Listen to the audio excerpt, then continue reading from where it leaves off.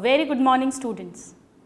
आज स्टूडेंट्स हम एक नया चैप्टर शुरू करने जा रहे हैं and that is chapter number 18 of NCERT which is the body fluids and the circulation. अभी तक हमने दो चैप्टर्स पढ़े ह्यूमन फिजियोलॉजी यूनिट में which is the digestive system and the respiratory system. हमने देखा किस तरह से हम फूड अंदर लेते हैं, डाइजेस्ट करते हैं, वो फूड एब्जॉर्ब होता है, एब्जॉर्ब होकर वो ब्लड के थ्रू या अगर फैट्स हैं तो लिम्फ के थ्रू एक एक सेल तक पहुंचता है और लिम्फ भी एक्चुअली पहले लास्ट में वेन में ही डालता है और फाइनली ब्लड के थ्रू वो पहुंचता है एक एक सेल तक। सेल के पास ये ब्लड ऑक्सीजन भी लेकर आ रहा है लंग से, जो हमने लास्ट चैप्टर में पढ़ा, और इस ग्लूकोज और ऑक्सीजन इसको यूज़ करके सेल एटीपी जनरेट करता है, CO2 रिलीज करता है। This all we have studied. Now what is the thing which we are going to study in this chapter? इसे स्टूडेंट्स नॉर्मल लैंग्वेज में सर्कुलेटरी सिस्टम कहते हैं। इसमें हम ये पढ़ने वाले हैं कि वो कौन सा फ्लूइड है जो किसी भी मटेरियल को सर्कुलेट करता है। दो मेन फ्लूइड्स होते हैं, ब्लड एंड लिम्फ। इन दोनों की डिटेल्स हम ऑलरेडी पढ़ चुके हैं। ब्लड वेसल्स के बारे में पढ़ेंगे जिनके अंदर ये ब्लड भरा हुआ है, और थर्ड हम पढ़ेंगे जो मेन पंपिंग ऑर्गन है, that is heart. So, if we talk about the human circulatory system, then it is divided into two types. That is, हम humans की बात कर रहे हैं यहाँ पे students, human circulatory system. That is, number one is the blood circulatory system, जिसमें जो भी मटेरियल है वो ब्लड के थ्रू मूव करेगा, सर्कुलेट करेगा। And second is the lymphatic system, जिसमें लिम्फ के थ्रू जो भी सब्सटेंसेस हैं वो मूव करेंगे। Alright, now blood circulatory system में एक तो blood which is the circulating fluid, then blood vessels जिनके अंदर ब्लड फ्लो कर रहा है, and then there is heart which is the pumping organ. ये तीनों मिलकर बनाते हैं blood circulatory system. Lymphatic system में एक तो लिम्फ जो मेन फ्लूइड है, फ्लो कर रहा है, then lymph vessels and then lymph nodes. We will talk about this. So basically इस चैप्टर में हम इन सब पॉइंट्स को कवर अप करने वाले हैं। इसमें से स्टूडेंट्स ब्लड और लिम्फ, इसकी डिटेल हम ऑलरेडी पढ़ चुके हैं जब हमने एनिमल टिश्यू पढ़ा था। एनिमल टिश्यू में जब हमने कनेक्टिव टिश्यू पढ़ा था, कनेक्टिव टिश्यू का जो वस्कुलर टिश्यू था, फ्लूइड वस्कुलर कनेक्टिव टिश्यू, उसमें हम ऑलरेडी ब्लड एंड लिम्फ की डिटेल्स पढ़ चुके हैं। ब्लड को हमने दो पार्ट्स में डिवाइड किया था, प्लाज्मा जो 55% पार्ट है एंड RBC WBC प्लेटलेट्स, ये सब हम ऑलरेडी कवर कर चुके हैं। सो इस क्लास में हम blood vessels, detailed structure of heart along with the lymphatic system, this all we'll read. इस चैप्टर में हम बहुत सारी ट्रिक्स पढ़ेंगे, बहुत सारे चार्ट्स एंड डायग्राम्स पढ़ेंगे ताकि हम इसको इजीली याद कर सकें। It's a very important chapter. Around 4 to 5 questions इस चैप्टर में से एक्सपेक्टेड होते ही होते हैं। There may be more, there may be less, but average 4 to 5 questions. Direct scoring questions हैं अगर हमको समझ आ जाए। हार्ट हम डिटेल में पढ़ेंगे, heart ECG, heart sounds, we'll talk about all those things. Now students, before beginning with blood vessels, heart, हम यहाँ पे हम blood से related एक बात पढ़ेंगे, that is blood groups के बारे में पढ़ेंगे। उसके पहले we are not talking about the human circulatory system, we are talking about the general circulatory system, all the animals together। और हमने already animal kingdom में पढ़ा था कि circulatory systems can be of two types।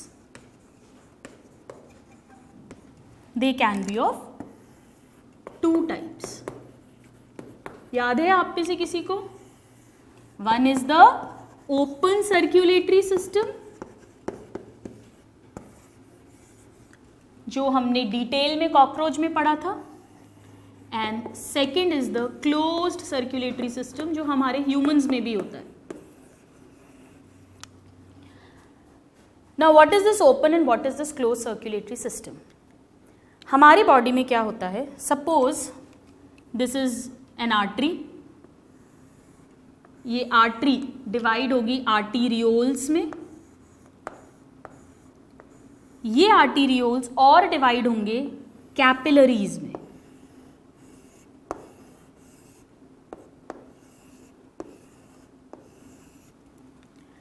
ये capillary एक एक tissue cell तक सब्सटेंसेस को लेकर जाएगी और ये कैपिलरीज फिर वापस रीजॉइन होकर वेन्यूल्स बनाएंगी लाइक दिस, और ये वेन्यूल्स फिर मिलकर वेन बनाएंगे।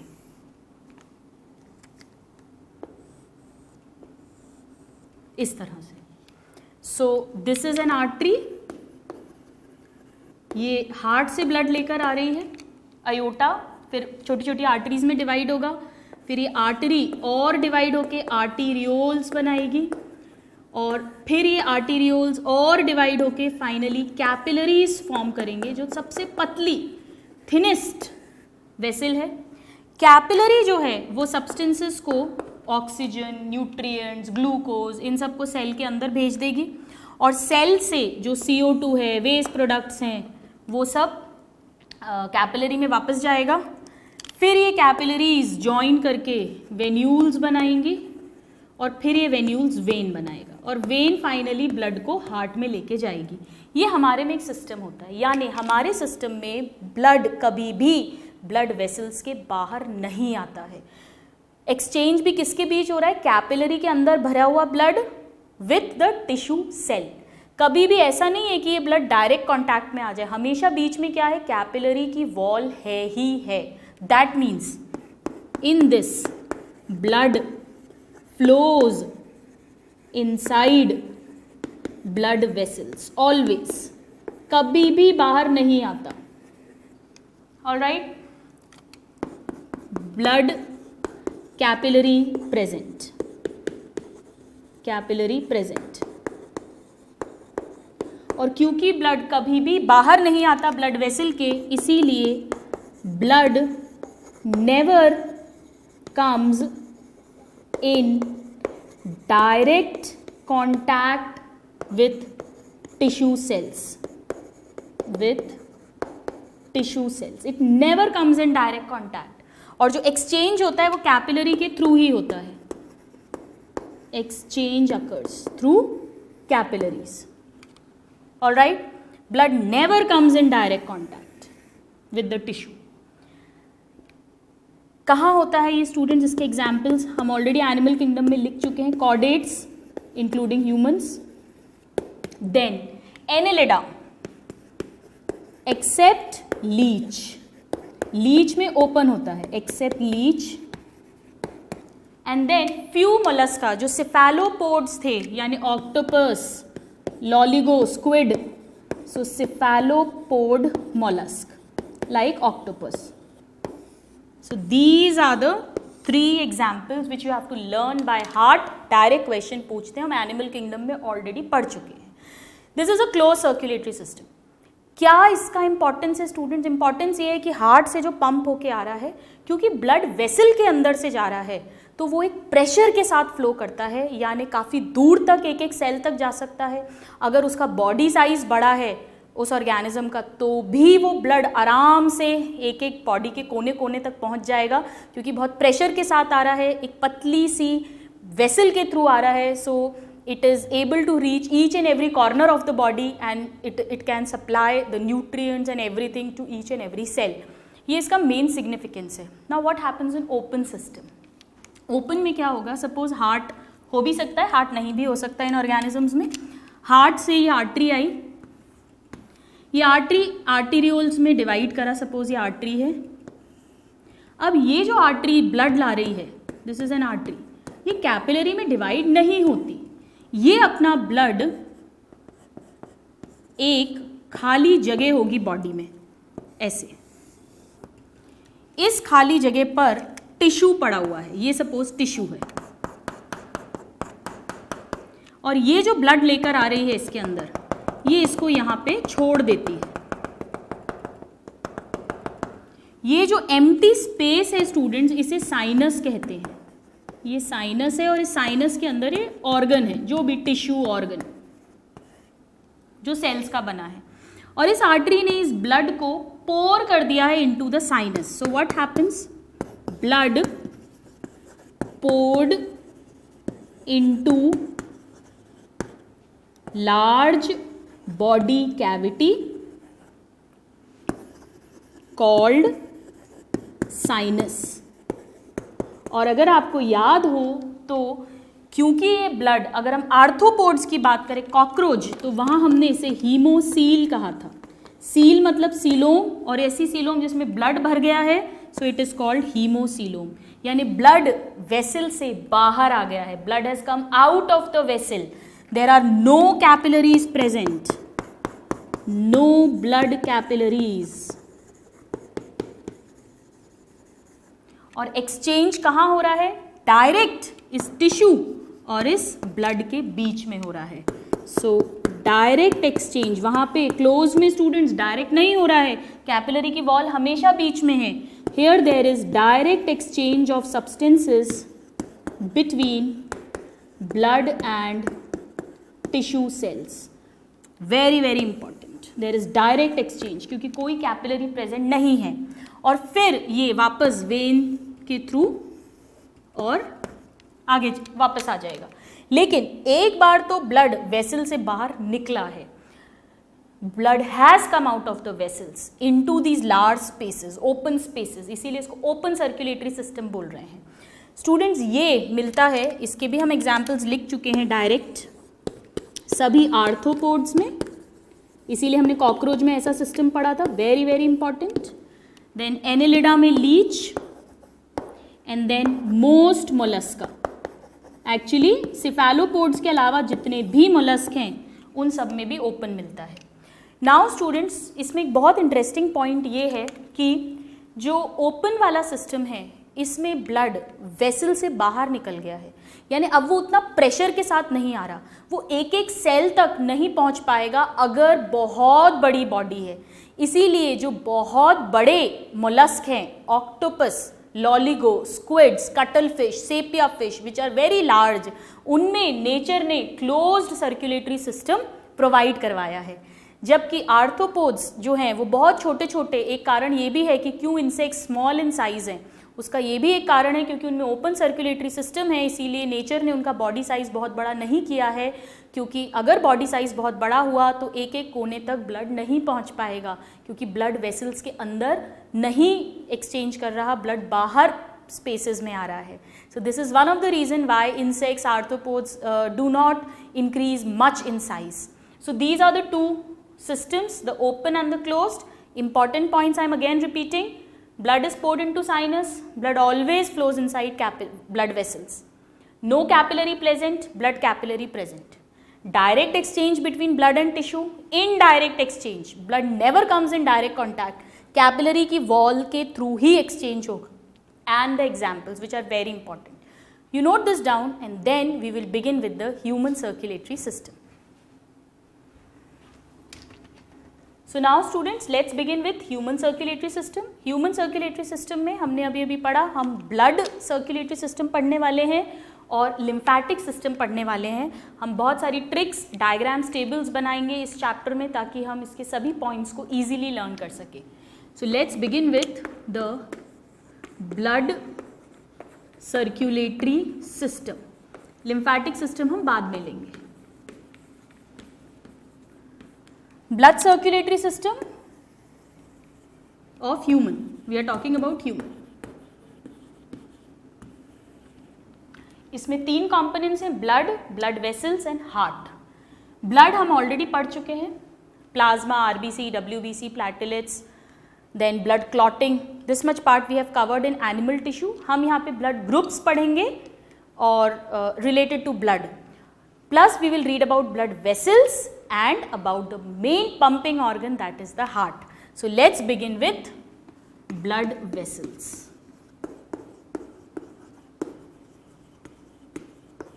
Now humans में हम सब जानते हैं, आपने पढ़ रखा है, अभी मैंने डायग्राम भी बनाया था, आर्टरी, वेन्स और कैपिलरीज, ये तीन टाइप की ब्लड वेसल्स मिलती हैं. So in humans there are 3 types of blood vessels. That is artery, then vein and then capillary. और ये जो सिस्टम है कि आर्टीरियोल्स में डिवाइड करती है, फिर आर्टीरियोल्स कैपिलरी में डिवाइड करता है, फिर कैपिलरी मिलके वेन्यूल्स बनाती है और वेन्यूल से वेन बनती है, इस सिस्टम को कैपिलरी सिस्टम बोलते हैं। ये मार्सेलो मालपिगी नाम के साइंटिस्ट हैं जिन्होंने इसके बारे में बताया था।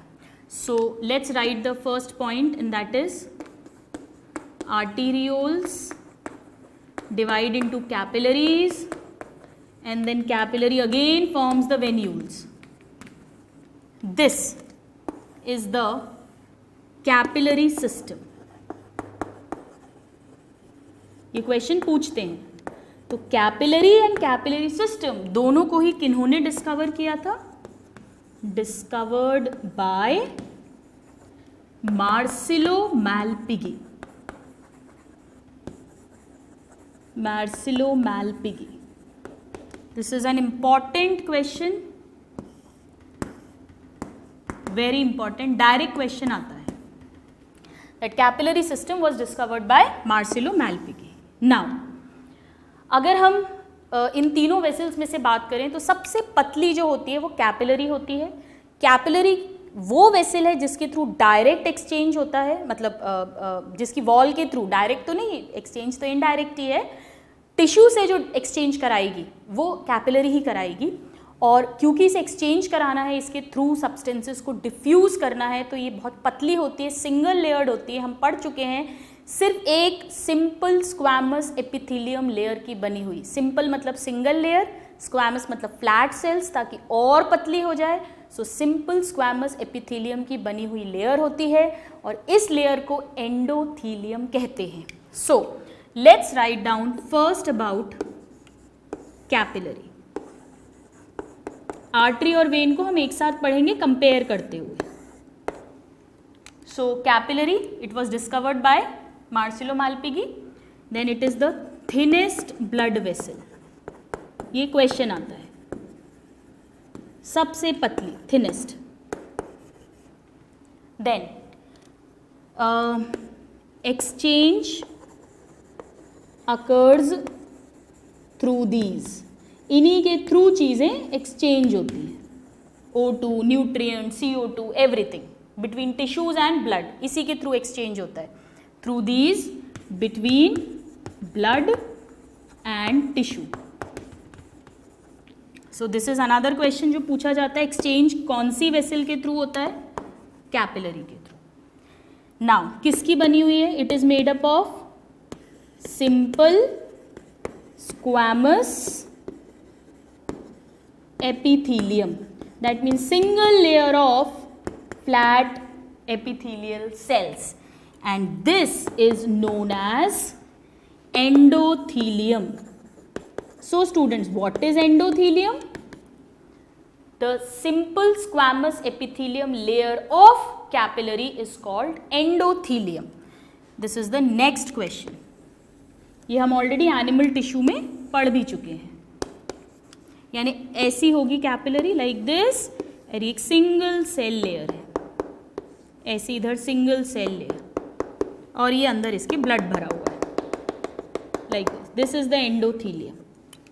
Alright, so this is about capillary. आप इसको नोट डाउन करिए, फिर हम आर्टरी और वेन की वॉल कैसी है वो पढ़ेंगे। स्टूडेंट्स, कैपिलरी तो इसलिए नेचर ने इतनी पतली बनाई है क्योंकि कैपिलरी के थ्रू डिफ्यूजन होना है सब्सटेंसेस का। सो उसको ऑब्वियसली कैसा होना चाहिए? बहुत पतला होना चाहिए, ताकि सब्सटेंसेस इजीली आर पार चले जाएं। लेकिन आर्टरी और वेन का ये पर्पस नहीं है। आर्टरी हार्ट से ब्लड लेकर आ रही है, उसकी वॉल अगर इतनी पतली हुई तो हार्ट से तो बहुत प्रेशर से ब्लड आ रहा है, वो तो रप्चर हो जाएगी, फट जाएगी। इसी तरह से वेन जो है वो भी हार्ट तक लेकर जा रही है, उसकी भी वॉल इतनी पतली नहीं होनी चाहिए, उसमें कुछ तो स्ट्रेंथ होना चाहिए। So let's talk about wall of artery and when. इसे हम कंपेयर करके पढ़ेंगे, और अगर आप इसका कॉन्सेप्ट समझ लेंगे तो आपको बिल्कुल भी कुछ भी रटना नहीं पड़ेगा। इसकी वॉल में 3 लेयर्स होती हैं। कैपिलरी की वॉल में सिंगल लेयर थी, सिंपल स्क्वैमस एपिथेलियम। इसकी वॉल 3 लेयर्ड होती है। आइए कौन कौन सी लेयर्स होती हैं पहले हम लिख के फिर हम डायग्राम के थ्रू समझेंगे। सबसे बाहर की लेयर को कहते हैं ट्यूनिका एक्सटर्ना और ट्यूनिका एडवेंटिशिया.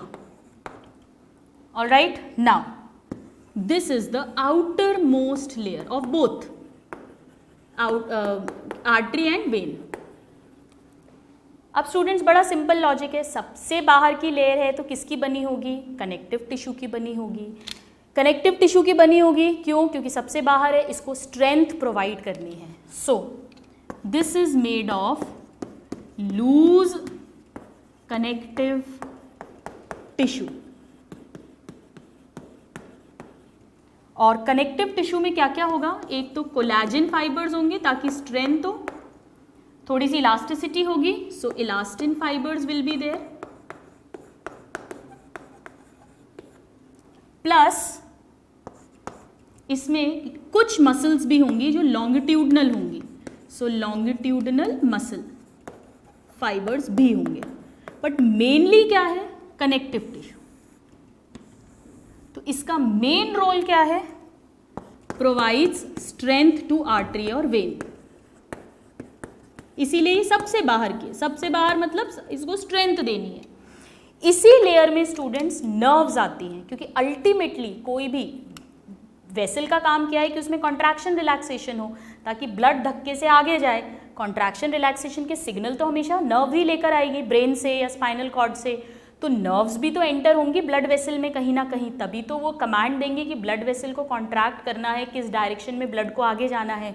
तो जो नर्व्स होती है वो भी इसी लेयर में प्रेजेंट होती है. So it contains nerves and vasa vasorum. Now this is very interesting and important question. Vasa vasorum. Students, blood vessel तो सब जगह एक एक सेल तक ब्लड लेके जा रही है, पर ब्लड वेसल भी तो सेल की बनी हुई है. कोलेजन टिश्यू क्या है? टिश्यू है ना, सेल्स का बना हुआ है. मसल्स क्या है? सेल्स की बनी हुई है, मसल सेल्स की. तो यानी इसके खुद भी तो ये सेल से बना हुआ है. इसकी वर्किंग के लिए भी तो इसे ऑक्सीजन चाहिए, ग्लूकोज चाहिए, यानी ब्लड वेसल को भी तो ब्लड सप्लाई चाहिए काम करने के लिए.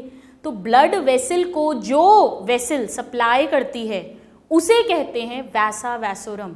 सो व्हाट आर वैसा वैसोरम? अगर हमें शॉर्ट में लिखना है तो they are blood vessel of blood vessel. Blood vessel की ब्लड वेसल्स को वासा वैसोरम कहते हैं. डायरेक्ट क्वेश्चन है, कई बार पूछा गया है. वो ब्लड वेसल्स जो ब्लड वेसल को ब्लड सप्लाई कर रही हैं, वहां से CO2 एक्सक्रीटरी प्रोडक्ट्स लेकर आ रही हैं, उन्हें वासा वैसोरम बोलते हैं. और ये भी इसी वाली आउटर मोस्ट लेयर में प्रेजेंट होता है. Now second layer. Second layer बीच की लेयर होगी और बीच को हम मीडिया कहते हैं. सो इट इज ट्यूनिका मीडिया. नाम से ही समझ में आ रहा है स्टूडेंट्स, मीडिया मतलब it is the middle layer. Middle layer हमेशा किसकी बनी होती है? मसल्स की बनी होती है. यहाँ नर्व सप्लाई आएगी और स्ट्रेंथ प्रोवाइड होगी. फिर ये मिडिल लेयर को इंस्ट्रक्शंस मिलेंगे और मिडिल लेयर में मेन मसल्स है, सर्कुलर स्मूथ मसल्स, जो कॉन्ट्रैक्ट रिलैक्स करके और ब्लड को आगे की तरफ धक्का देंगी. So what it is? It is made of circular smooth muscles. Smooth इसीलिए क्योंकि इनवॉलेंट्री है, हमारे कंट्रोल में नहीं है. इंपॉर्टेंट. और ये सबसे मोटी लेयर होती है स्टूडेंट्स, क्योंकि सबसे मेन काम यही कर रही है ब्लड को आगे पहुंचाने का. सो this is the thickest layer out of all the 3 layers.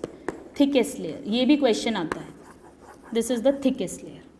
Now mainly तो ये सर्कुलर स्मूथ मसल्स की बनी है, बट कुछ आर्टरीज में कुछ अमाउंट में there is some elastin fibres also present.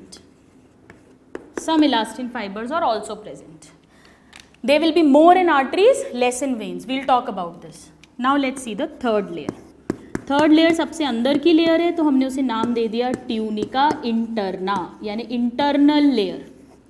So this is the inner most layer.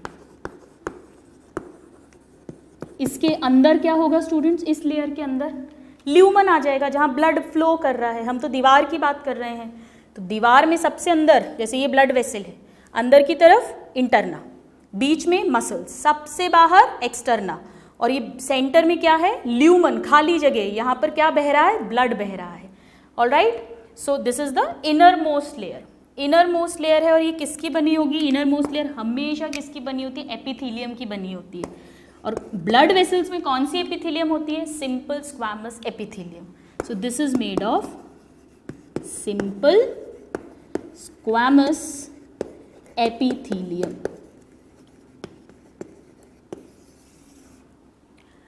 Artery और वेन में ये तीनों लेयर्स होंगी और कैपिलरी में सिर्फ ये अंदर वाली लेयर होगी, ये दोनों लेयर्स नहीं होंगी, क्योंकि कैपिलरी का काम सिर्फ एक्सचेंज करना है, तो उसको कोई मसल्स की कोई ज़रूरत नहीं है, इतनी कोई स्ट्रेंथ की ज़रूरत नहीं है, उसको तो मेन सिर्फ डिफ्यूजन करना है। जैसे ही डिफ्यूजन हुआ वैसे ही वो वापस ज्वाइन करके वेन्यूल्स और वेन्स बना लेते हैं। बट आर्टरी और वेन को हार्ट से पूरी बॉडी में ब्लड लेकर जाना है या पूरी बॉडी से हार्ट की तरफ ब्लड लेकर जाना है, तो उनमें बहुत सारा मसल मास होना चाहिए ताकि वो ब्लड को फ्लो करवा सकें, धक्का दे सकें।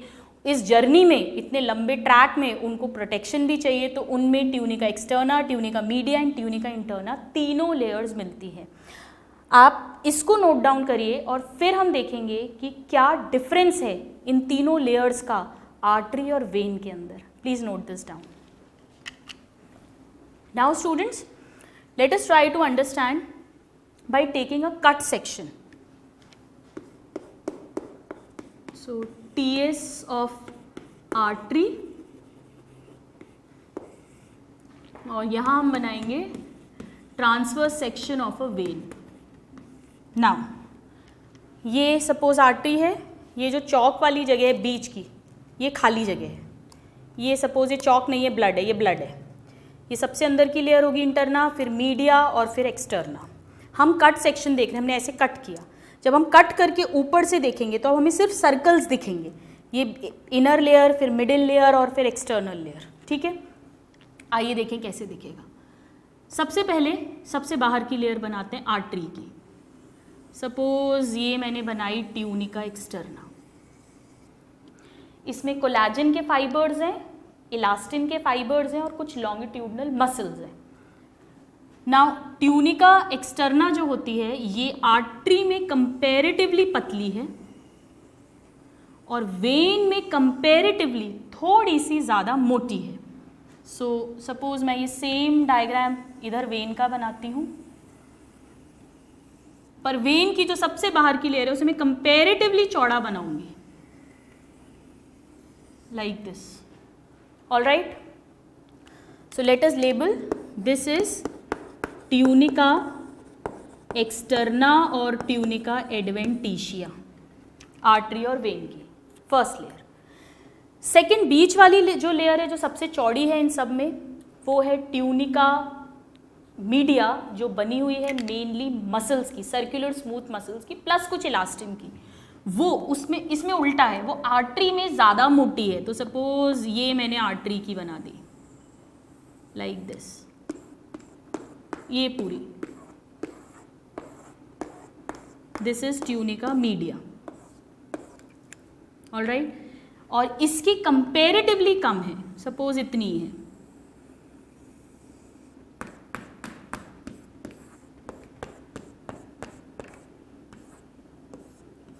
This, so this is tunica media. और हम डायग्राम में ही देख सकते हैं कि आर्टरी की ट्यूनिका मीडिया ज़्यादा चौड़ी है, उल्टा है, एक्सटर्ना वेन की चौड़ी है और मीडिया आर्टरी की ज़्यादा वाइड है। नाउ सबसे अंदर की लेयर होगी this layer and this is made up of simple squamous epithelium. When की अगर हम बात करें तो वेन में भी ये सिंपल स्क्वैमस एपिथेलियम होगी like this, same single layer की। Alright, so this is tunica interna, जो दोनों में सेम है, interna. These are the 3 layers, 1, 2 and 3। Media artery में मोटी बनाइए, क्यों अभी हम पढ़ लेंगे, एक्सटर्ना वेन में मोटी बनाइए और ट्यूनिका इंटरना सेम बनाइए। अगर आप ध्यान से देखें तो आर्टरी का जो ल्यूमन है वो नैरो हो गया, पतला हो गया, और वेन का जो ल्यूमन है, खाली जगह है, वो चौड़ी है, वाइडर है। So this is the lumen and this is narrow, and here the lumen is quite wide. क्यों है अभी हम पढ़ेंगे। नाउ एक और स्ट्रक्चर है जो वेन में मिलेगा, आर्टरी में नहीं, और उसे कहते हैं वैल्व्स। सो मैं यहाँ पे ये वैल्व ड्रॉ कर रही हूँ एक, suppose this is a valve, और ऐसे ही एक वैल्व इधर है, दिस इज अ वैल्व।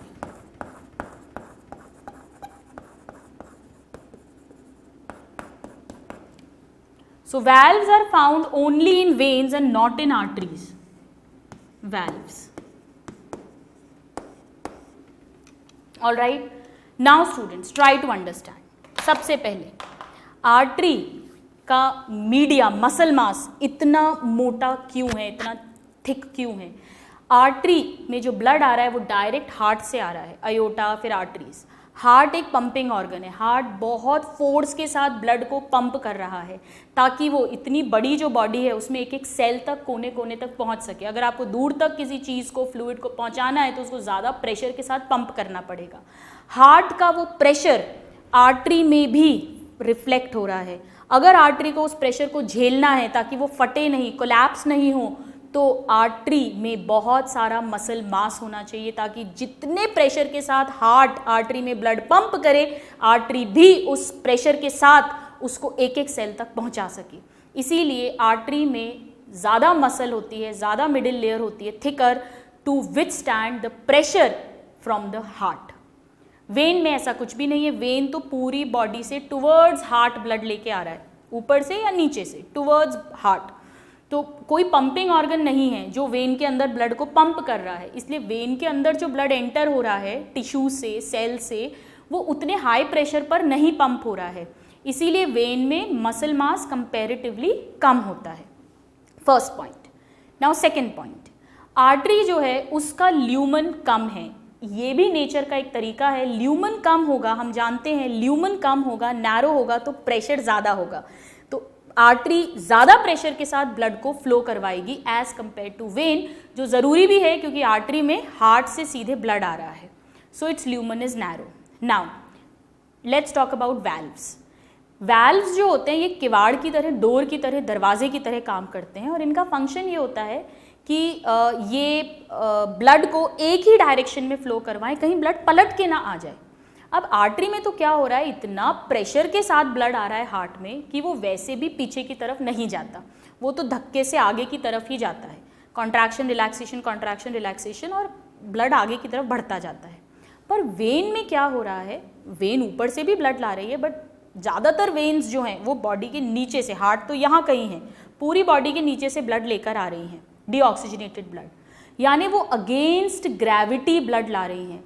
तो ब्लड, अगर ये वैल्व्स नहीं हो तो चांसेस हैं कि ग्रेविटी के अफेक्ट के कारण वो ब्लड वापस उल्टा जाने लग जाए, और हम चाहते हैं वो ब्लड नीचे से ऊपर की तरफ आए। तो नेचर ने इनमें वैल्व्स दे दिए, किवाड़ दे दिए हैं, डोर दे दिए, ताकि वो दरवाज़ा एक ही तरफ खुलता है, दूसरी तरफ नहीं।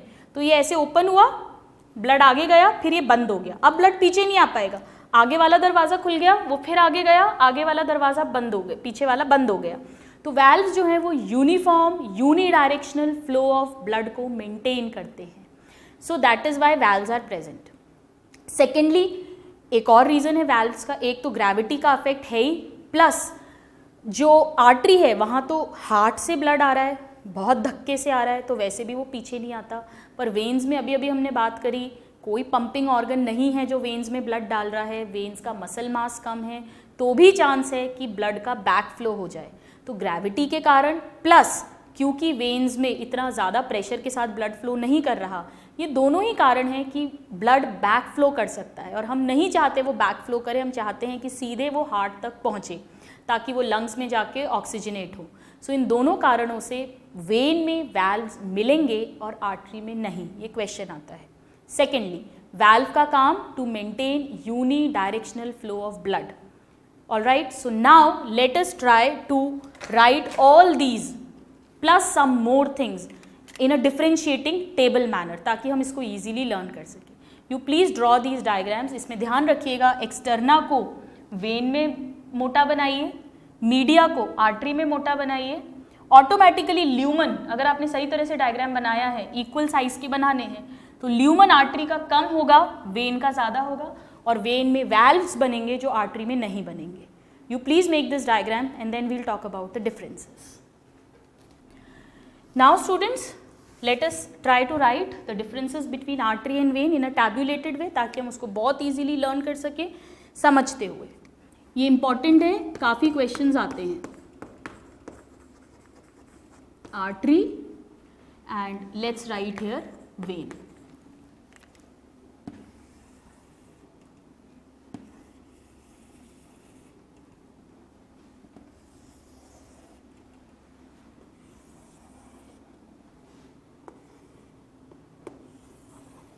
नाउ फर्स्ट पॉइंट, आर्टरी जो होती हैं ये ब्लड को हार्ट से टुवर्ड्स बॉडी सेल्स लेकर आती हैं. So they bring blood from heart. Veins उल्टा काम करती हैं, they take blood towards heart, body से हार्ट की तरफ. सो दे टेक ब्लड और they bring blood towards heart, from heart towards heart. क्योंकि हार्ट से ब्लड लेकर आ रही है, इसीलिए आर्टरी में जो ब्लड होगा वो ऑक्सीजनेटेड ब्लड होगा. So second is that it arteries carry oxygenated blood. That means blood which is rich in oxygen. Except, now this is very important, खूब क्वेश्चन पूछते हैं. जब हम हार्ट पढ़ लेंगे तो ये आपको और अच्छे से समझ आ जाएगा. पल्मोनरी आर्टरी, पल्मोनरी आर्टरी जो है स्टूडेंट्स, ये राइट वेंट्रिकल से लंग्स में ब्लड लेके जाती है, और ये ब्लड इम्प्योर डीऑक्सीजनेटेड ब्लड होता है. बाकी जितनी भी आर्टरीज है उनमें ऑक्सीजनेटेड ब्लड होता है. Except, let me write except, बहुत क्वेश्चन आता है. All artery carry oxygenated blood except pulmonary artery. इसी तरह से वेन्स जो हैं इनमें डीऑक्सीजनेटेड ब्लड रहता है, क्योंकि ये बॉडी से हार्ट की तरफ लेकर जा रही हैं. So they carry deoxygenated blood except pulmonary vein. Pulmonary vein वो वेन होती है जो लंग्स से ऑक्सीजनेटेड ब्लड को left side of the heart में लेकर आती है. So except pulmonary vein. ये दोनों ही बहुत इंपॉर्टेंट क्वेश्चंस हैं और ये इजीली याद हो जाते हैं. This is important. Now third point, हम जो अभी डिस्कस किया है हमने वही लिख लेते हैं. ट्यूनिका एक्सटर्ना, जो आउटर मोस्ट लेयर है वो कंपेरेटिवली इसमें थिनर है और इसमें कंपेरेटिवली थिकर है. ये इतना क्वेश्चन नहीं पूछते हैं. फोर्थ वाला बहुत क्वेश्चन पूछते हैं, that is tunica media. Tunica media इसमें थिकर है, हम पढ़ चुके हैं, क्योंकि इसको ब्लड का प्रेशर झेलना है जो हार्ट से आ रहा है पंपिंग ऑर्गन से. इसमें कंपेरेटिवली थिनर है. And this is important question, important fourth point. Now हमने पढ़ा था कि ट्यूनिका मीडिया में मेन तो सर्कुलर स्मूथ मसल्स हैं, पर इलास्टिन फाइबर्स भी होते हैं. यानी अगर ट्यूनिका मीडिया मोटी है, वाइड है, तो इलास्टिन फाइबर्स भी ज़्यादा होंगे, और अगर इलास्टिन फाइबर ज़्यादा होंगे तो इलास्टिक होगी. तो आर्टरी की वॉल इलास्टिक होती है और वो कोलैप्स नहीं करती. अगर उसमें ब्लड नहीं है तो भी वो रहेगी. जबकि वेन जो है उनकी जो वॉल्स होती हैं वो नॉन इलास्टिक या इन इलास्टिक होती हैं, नो एंड कोलैप्सिबल होती हैं, वो कोलैप्स कर जाती हैं वेन्स जो होती हैं. सो आर्टरी की जो वॉल्स हैं are elastic and non collapsible. ये बहुत क्वेश्चन पूछते हैं स्टूडेंट्स. और वेन्स जो हैं इनकी वॉल्स इन इलास्टिक या नॉन इलास्टिक एंड कोलैप्सिबल होती हैं. Collapsible walls. This is again very very important point. बहुत क्वेश्चन पूछते हैं, इंपॉर्टेंट. नाउ आर्टरी का जो ल्यूमन है वो नैरो होगा, और अगर ल्यूमन नैरो होगा तो ब्लड प्रेशर कैसा होगा इसके अंदर? Blood flows with high pressure, और स्पीड भी ज़्यादा होगी जब प्रेशर ज़्यादा होगा, हम जानते हैं, एंड ग्रेटर स्पीड, एक एक सेल तक पहुंचना है, ग्रेटर स्पीड हाई प्रेशर। क्यों है? क्योंकि ल्यूमन नैरो है, मसल मास ज़्यादा है, वैसे ही ल्यूमन नैरो है तो प्रेशर बढ़ गया, ऊपर से मसल्स का खूब धक्का लग रहा है, हार्ट ऊपर से पंप कर रहा है, तो ब्लड बहुत तेज़ी के साथ आगे फोर्स होता है। जबकि इसका जो ल्यूमन है that is wider, so blood flow is slower and less pressure के साथ वो ब्लड फ्लो करेगा। All right, so lumen is wider. Now this is again an important. Now arteries जो होती हैं स्टूडेंट्स, ये जनरली बॉडी में डीप होती हैं, इजीली नहीं दिखती हैं, एक्सेप्ट 2 आर्टरीज। क्वेश्चन पूछते हैं, एक तो रेडियल आर्टरी यहाँ पे थंब के नीचे जिस पे हम पल्स लेते हैं, आप डॉक्टर के पास कभी गए हो तो वो जो पल्स लेता है, और एक यहाँ पे कैरोटिड आर्टरी नेक में होती है, इधर आप टच करेंगे तो you can feel the pulse, this carotid artery. आप लोगों को करना नहीं है ऐसा, लेकिन कई बार सुसाइड जो करते हैं तो या तो रेडियल आर्टरी या कैरोटिड आर्टरी, इसको कट करते हैं। सो डायरेक्टली कैरोटिड आर्टरी से जो ब्रेन को ब्लड सप्लाई है वो बंद हो जाती है, और यहाँ से सारा ब्लड सप्लाई लॉस हो जाता है, immediately the person dies. You don't have to do this. So these are the 2 superficials, carotid and radial. Superficial हैं यानी हम उसे फील कर सकते हैं, बाकी सारी आर्टरीज डीप होती हैं, और वेन सुपरफिशियल होती हैं, जो जितनी भी हमें नीली नीली दिखती हैं, या जहाँ से हमारा ब्लड लिया जाता है, लैब वाले ब्लड लेते हैं, या जहाँ आईवी चढ़ाई जाती है, ये सब नीली नीली सी, ये पूरे पाम्स पे इधर इधर, ये सब वेन्स होती हैं। Veins are superficial. So arteries जो हैं they lie deep except 2 arteries हैं स्टूडेंट्स, एक तो रिस्ट की है radial artery, radial artery of wrist, and carotid artery of neck, carotid artery of neck जो ब्रेन को सप्लाई करती है। ये 2 जो हैं ये सुपरफिशियल है, बाकी सब डीप होती है। जबकि जो वेन्स हैं ये सुपरफिशियल हैं, just under the skin, they lie superficial just underneath the skin. इसका एक रीज़न और होता है स्टूडेंट्स, क्योंकि वेन्स में ज़्यादा प्रेशर नहीं होता है, तो जो स्किन के नीचे रहती हैं, तो जो नीचे और मसल है उससे भी इसको पुश मिल जाता है ब्लड को आगे बढ़ने के लिए। आप इसे नोट डाउन करिए, फिर we'll write some more differences. So let's read some more differences between these arteries and veins. We are talking about artery and let's write about the vein this side.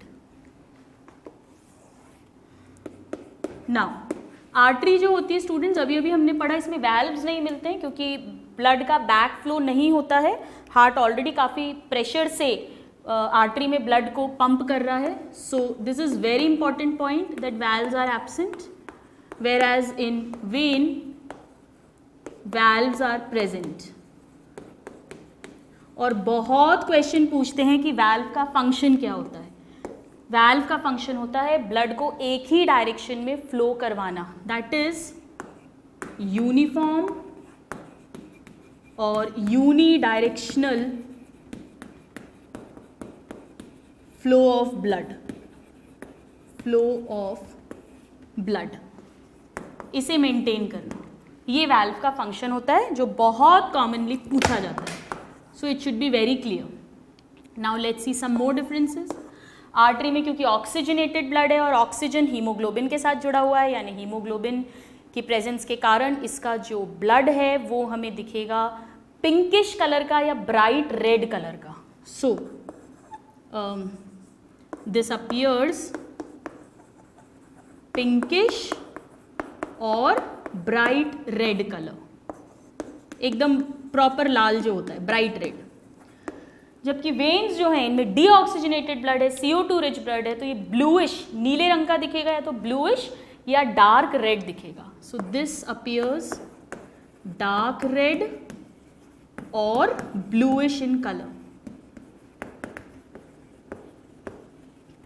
bluish in color. Now let me write, this is an important point. Now there is one more difference and that is जो artery है, अगर cut करें artery को, suppose कहीं पे किसी का accident हुआ, कोई इंजरी हुई और वो जो वेसल है उसमें से ब्लीडिंग हो रही है और आपको पहचान करना है कि ये आर्टरी कटी है या वेन कट हुई है, बहुत सिंपल है. आर्टरी में क्या हो रहा है, हार्ट से ब्लड आ रहा है. हार्ट हमें पता है कॉन्ट्रैक्ट रिलैक्स, कॉन्ट्रैक्ट रिलैक्स. जब हार्ट कॉन्ट्रैक्ट करेगा आर्टरी में ब्लड आएगा. जब हार्ट रिलैक्स करेगा तो आर्टरी में उतनी देर ब्लड नहीं आ रहा है, वो रिलैक्स स्टेट में है. आर्टरी को कट कर दिया, हार्ट पंप करेगा, ब्लड आएगा. जब इतनी देर हार्ट रिलैक्स करेगा ब्लड नहीं आ रहा, फिर कॉन्ट्रैक्ट करेगा फिर आएगा, यानी ब्लड फ्लो जर्की होगा, झटके से आएगा, आएगा फिर नहीं, फिर आएगा, फिर आएगा, इस तरह से जर्क लेके आएगा. जबकि वेन्स के पीछे कोई पंपिंग ऑर्गन नहीं है, वेन में तो लगातार ब्लड आ रहा है. तो वेन अगर कट होगी तो ब्लड कैसा होगा, लगातार बहेगा, यानी यूनिफॉर्म फ्लो होगा. सो इन कट आर्टरी, कट, हम कट की बात कर रहे हैं, blood flow is jerky, whereas in cut vein blood flow will be uniform. Blood flow is uniform.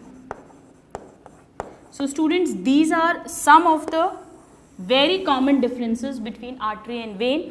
अगर इसे सम अप करना है तो ह्यूमंस में बेसिकली 3 टाइप की ब्लड वेसल्स मिल रही हैं. सबसे पतली जिसके थ्रू डायरेक्ट एक्सचेंज होता है ब्लड एंड टिश्यू का, that is the capillary, which is made up of a single layer of simple squamous epithelium, also called endothelium. The other two are artery and veins. Artery is carrying oxygenated blood from the heart to the tissues. Veins are carrying deoxygenated blood from the tissue to the heart. Exceptions है pulmonary artery, pulmonary vein. Now, the next is artery में wall thick है, media, tunica media is thicker, tunica externa is thinner. Opposite will happen with the veins. Veins में valves present होंगे, artery में valves absent होंगे. Artery में जो wall है वो elastic है and non-collapsible है और उसका ल्यूमन नैरो है. ल्यूमन नैरो है तो ब्लड ज़्यादा प्रेशर और हाई स्पीड के साथ आर्टरी के थ्रू फ्लो करेगा. इसका ऑपोजिट हो जाएगा वेन्स में. आर्टरी पिंकिश कलर की दिखेंगी, डीप रहती हैं, except this radial vein, thumb के कॉरस्पॉन्डिंग, एंड नेक में carotid artery. Radial and carotid artery ये 2 सुपरफिशियल हैं, बाकी सब डीप है. वेन सुपरफिशियल होती हैं, सारी वेन्स हैं जिनसे ब्लड लिया जाता है, आईवी लगाया जाता है, they are superficial. So students, these are some of the differences between artery and veins. आपके स्कूल में अगर आर्टरी वेन अलग से क्वेश्चन आए तो आप एक साइड की टेबल के सभी पॉइंट्स एक साथ लिख सकते हो, और डिफरेंशिएटिंग फॉर्म में भी क्वेश्चन पूछते हैं, प्लस वेरियस मेडिकल एंट्रेंसेस में से जो क्वेश्चंस आते हैं वो सभी हमने कवर कर लिए हैं. सो आज की क्लास में हमने 2 types of circulatory system discuss किए, that is the open and the close circulatory system. Then we talked about the blood vascular system, जो हमने स्टार्ट किया है आज, ब्लड सर्कुलेटरी सिस्टम ह्यूमन का, और उसमें ब्लड हम ऑलरेडी पढ़ चुके हैं, ब्लड वेसल्स आज हमने पढ़ ली हैं. नेक्स्ट क्लास में हम ब्लड ग्रुप्स पढ़ेंगे and then we will proceed to the heart. So till then, a very happy learning and have a good day. Thank you.